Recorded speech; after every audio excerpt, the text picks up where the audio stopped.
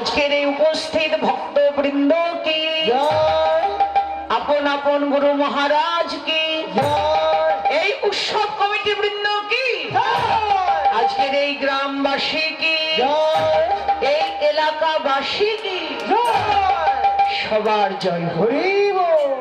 ভগবান আপনাদের মঙ্গল করুক। এই যে রাত্রি জেগে এখানে বসে আছেন, এই কষ্ট আপনাদের কখনো বিফলে যাবে না। ভগবান সবাইকে ভালো রাখুক, সবাই সুস্থ থাকেন, ভালো থাকেন, আপনাদের পরিবার ভালো থাক, সবার কৃষ্ণ ভক্তি লাভ হোক।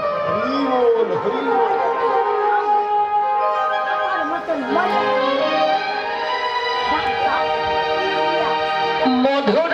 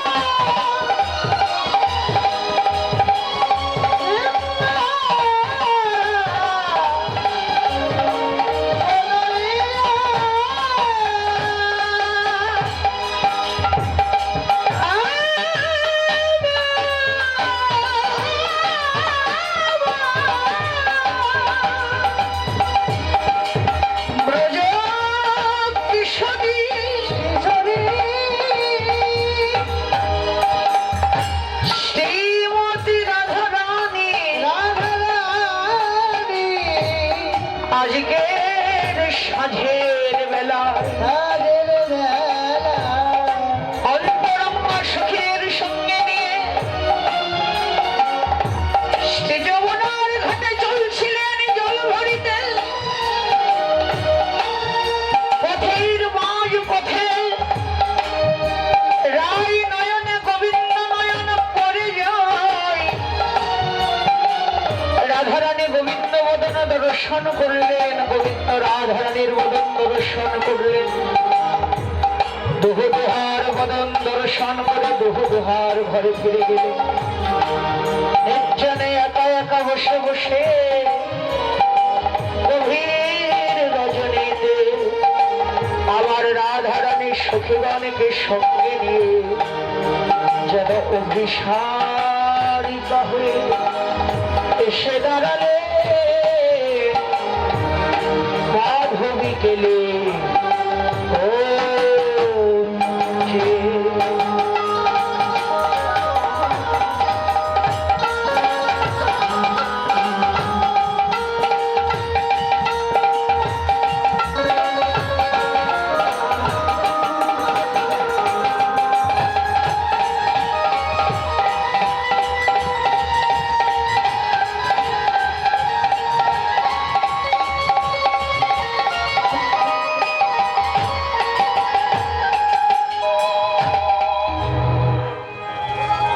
দেখুন,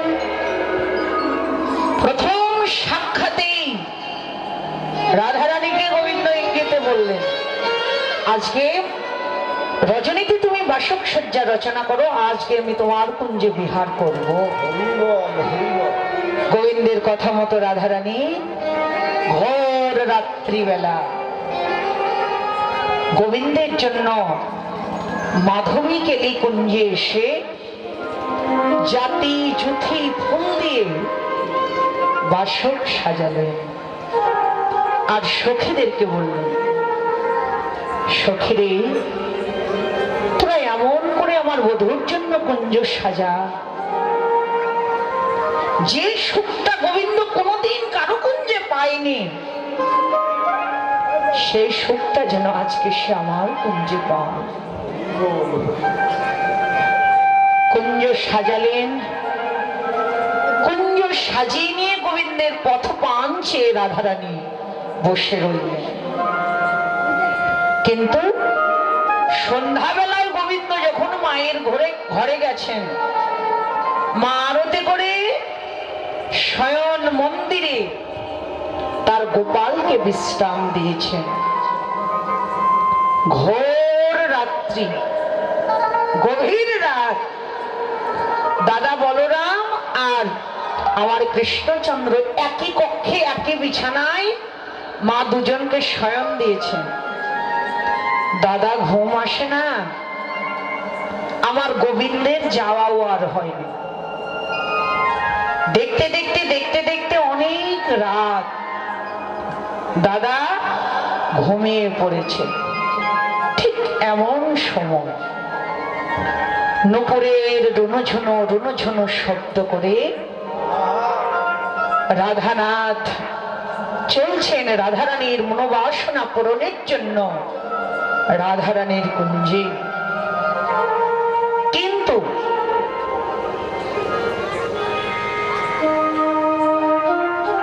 রাধারানীর কুঞ্জে যেতে হয় চন্দ্রা কুঞ্জের পাশ দিয়ে।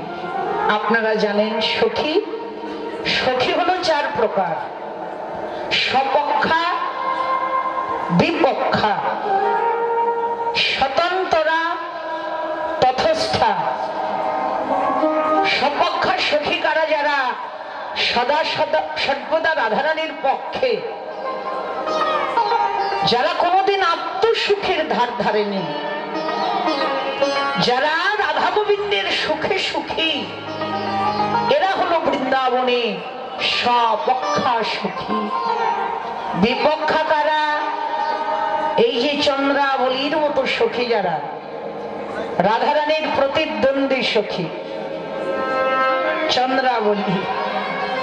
এই চন্দ্রা সারাটা জীবন শুধু রাধারানীর সঙ্গে প্রতিদ্বন্দ্বিতায় পড়ে গেছেন। আজকে রাধারানীর কুঞ্জে যাবেন গোবিন্দ, এই চন্দ্রার মনে জেগেছে গোবিন্দকে আপন কুঞ্জে পাবার বাসনা। গোবিন্দ যখন চন্দ্রাবলীর কুঞ্জের পাশ দিয়ে নুপুরের রুনুঝুনো রুনুঝুনো শব্দ করে রাধারানীর কুঞ্জের দিকে যাচ্ছিলেন, ঠিক এমন সময় চন্দ্রাবলী গোবিন্দের ওই নুপুরের ধ্বনি শুনে পথের মাঝ পথে এসে দাঁড়ালেন। গোবিন্দ যাচ্ছে, পথের মাঝ পথে দাঁড়িয়ে বাহু দিয়ে গোবিন্দের গলাটা সে জড়িয়ে ধরলেন। এই পথে নেতে করগতাবতী নুপুরের ধ্বনি শুনে, নুপুরের ধ্বনি শুনে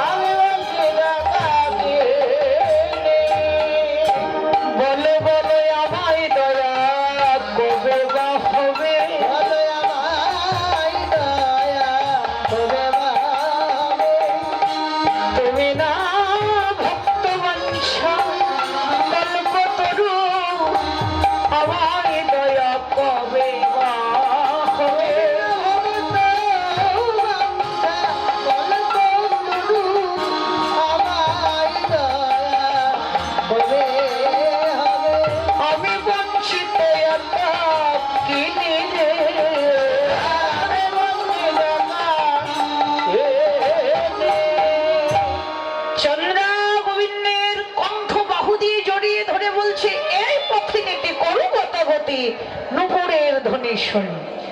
গোবিন্দ হে, আমারই কুঞ্জের পাশ দিয়ে তুমি প্রত্যেক দিন গতাগতে মানে আসা যাওয়া করো।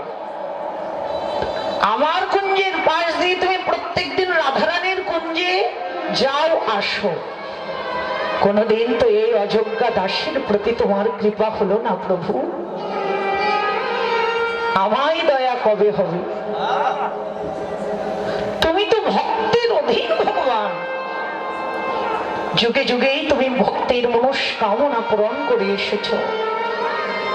গোবিন্দ হে, আজকে একটু এই অযোগ্যা দাসীকে কৃপা করো।